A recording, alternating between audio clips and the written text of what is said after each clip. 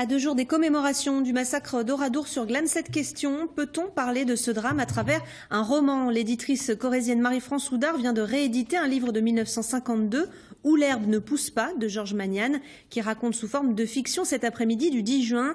72 ans après les faits, cette réédition ravive quelques sensibilités à Oradour. Gwenola Berriou, Pascal Coucy. Jean Bricot n'avait jamais cru que la guerre viendrait chez lui. Chez lui, dans sa paisible maison, bâtie à l'écart du plus paisible des villages. Le grondement des camions, ce jour de juin 1944, ne lui parut suspect que longtemps après qu'il l'eut entendu.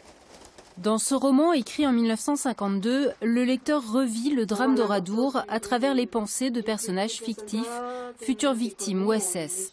Une plongée dans le massacre, de façon romancée, mais inspirée des témoignages recueillis par l'auteur originaire de la région, sur place quelques années après les événements.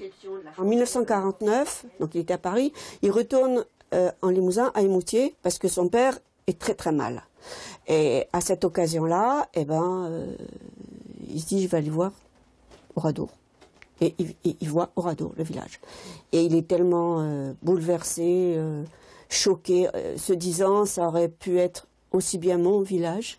Publié quelques années après les faits et avant même le procès de Bordeaux, le roman de Georges Magnane n'a à l'époque que très peu de retentissement. Il n'en reste pas moins une œuvre littéraire singulière, comme l'explique l'historien Pascal Plat dans la préface de la réédition. C'est d'abord le premier roman probablement dans la chronologie de la production fictionnelle sur Oradour, puisqu'avant ce roman, le mode d'expression utilisé en termes non historiques, d'approche non historique, c'était la poésie, dont on pensait qu'elle était à mieux de rendre compte du drame. Il faut dire que par ailleurs, c'est un des rares romans qui paraît très tôt, qui va être traduit en allemand 4 ans plus tard. Donc il a quand même un retentissement, mais par des canaux extrêmement marginaux. À Oradour-sur-Glane, cette réédition ne plaît pas à tout le monde.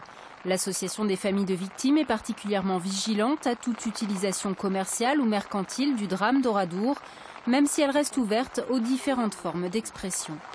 À partir du moment où elle ne porte pas atteinte aux souvenirs, à la mémoire des martyrs, notre association n'a rien à interdire ou à restreindre.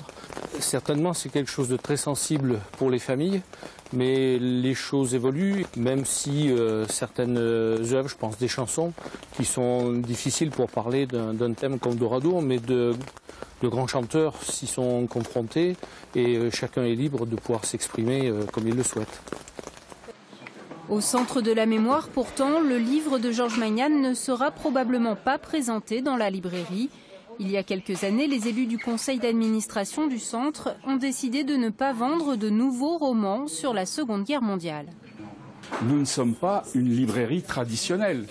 Les gens, nos visiteurs qui viennent nous voir, ça nous le savons puisque nous avons fait des enquêtes, ils recherchent plus des livres de fond sur ce qui s'est passé à Oradour, sur essayer de comprendre ce qui s'est passé à Oradour.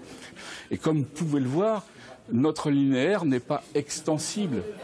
Une décision qui a fait débat au sein même du conseil d'administration et qui montre bien à quel point le sujet est encore sensible.